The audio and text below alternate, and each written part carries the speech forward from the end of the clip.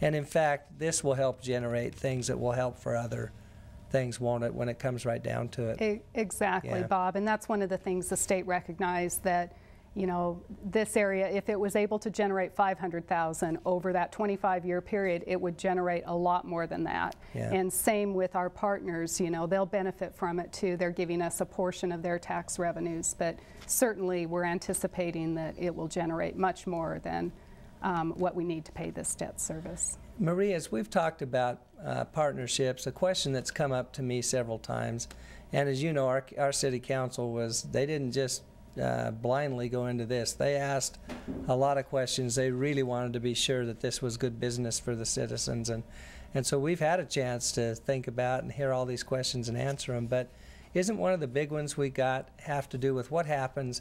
I think like the hospital itself, the new hospital, would generate $4 to $5 million in construction sales tax, right? That's correct. Now, one of the questions we've had is what happens if the hospital doesn't get built, or if it doesn't get built for a couple of years or something like that. Could you address that? Yes. We've actually had some wonderful announcements this year already on some of the development that is occurring. Bob's Burger and Brew is going in out there as well. Some of the water park has announced that they're going to be out there as well. So those, even without the hospital, we believe that the development that is anticipated to occur this year will generate the $500,000 that's needed from the state in order to receive that state sales tax credit. Now, granted, of course, the hospital is going to be key to that area, but we believe that we'll be able to generate that this year. So we're very excited about the program. I think we explained to our council in the very worst case that we thought we might have to cover the interest payment for the bonds for 1 year before Yes, okay. You know, we've talked about a little bit what it is. What do we, you know, maybe I'll speak a little bit to what are we going to build with it? What is this infrastructure we're talking about? And, you know, one of the big ones for the city, and these, I think I want to start by going back and talking about City Council's, Kennewick City Council's strategic plan, because they have identified now for the past 2 years that this whole Southridge area is very important. We think that about 60% of our future growth in the next 10 to 20 years will occur in this area. And so they want to make sure that they control it, that they have good quality infrastructure. So they have identified that area itself, and specifically they have identified a sports complex out there. Ball fields, and I think there's an inside pavilion, the first one in our area that's going to be built, and multi-use fields that are out there. So a whole sports athletic complex is being planned as one of the projects for use in this funding. And then a lot of street construction, you know, for example, trying to make some street improvements on the Southridge Boulevard that goes out from the roundabout at 27th out to the high school.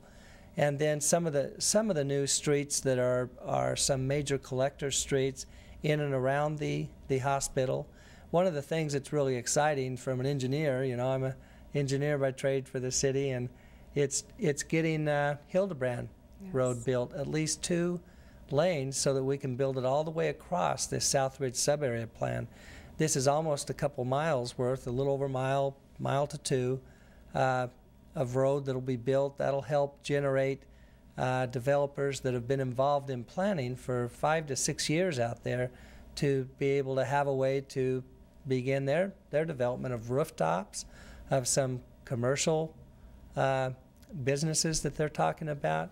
So we're excited about that. Plus, if you add that to the step-toe project that the City of Richland and the City of Kennewick have partnered on for several years, pretty soon we're going to have very soon we're going to have our linkage all the way from our road network all the way from Highway 395 across and around Thompson Hill, down through the step-toe corridor, and connect literally Richland and Kennewick without having to go through the middle of Kennewick on 395.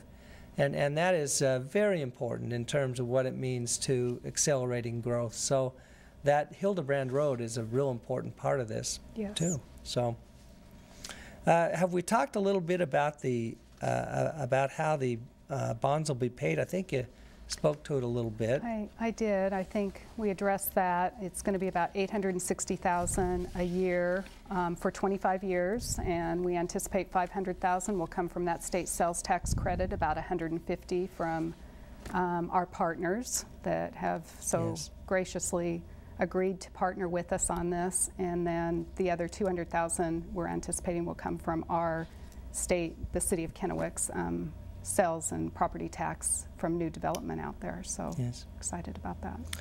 Well, and again, I think we believe that the benefits are many out here. I've mentioned about the priority that our council has for this area, and we know from history that we get questions. I talked a little bit about the questions we've had. A couple others that we've had along the way is why, you know, you talk about building roads and maybe some water, sewer, and some things like that. Well, wouldn't those get built anyway without what we do? And I mean, would you like to address that, or you want me to talk about that a little bit? Well, I can. I think one of the things you said, Bob, was so key, and that's the Hildebrand connection to Steptoe. And without this amount of money that we're putting into that infrastructure right now, it would take a long time for that east-west corridor to be built. And this will really help to spur the economic development. I think you said it very well. It's like the perfect storm. We had this development that was ready to occur. The state had this program that was looking for places exactly like Southridge that was ready to develop. And together, I think this will be a great partnership with Benton County and the port and the hospital district, as well as the state and our private developers out in this area, because it will help spur that economic development, and, you know, to a degree more than just what's needed to pay the debt service, but will help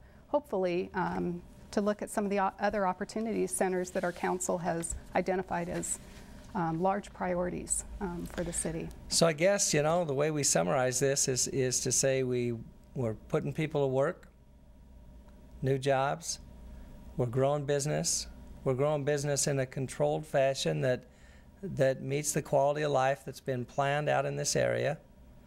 You know, we're tourism. Let's think about that ball field complex, and I shouldn't say ball field, I should say athletic complex, and what that'll bring in terms of tourism and the secondary benefits that we all know occurs from that.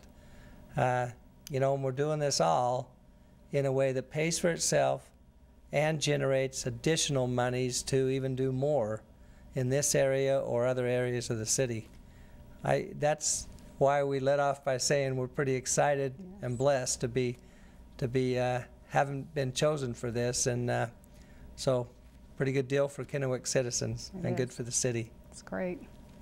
Well, great. I'd like to thank everybody for tuning in and watching this. If you'd like additional information, again, we all of this is available on our website. We are excited to announce that in May we'll be launching a new interactive website. It might be a little clumsy right now as you're trying to find the information, but soon it'll be easy to get to. And if you have any questions, please give us a call, and we'd be glad to answer those. So thank you. Thanks, Marie. Thank you, Bob.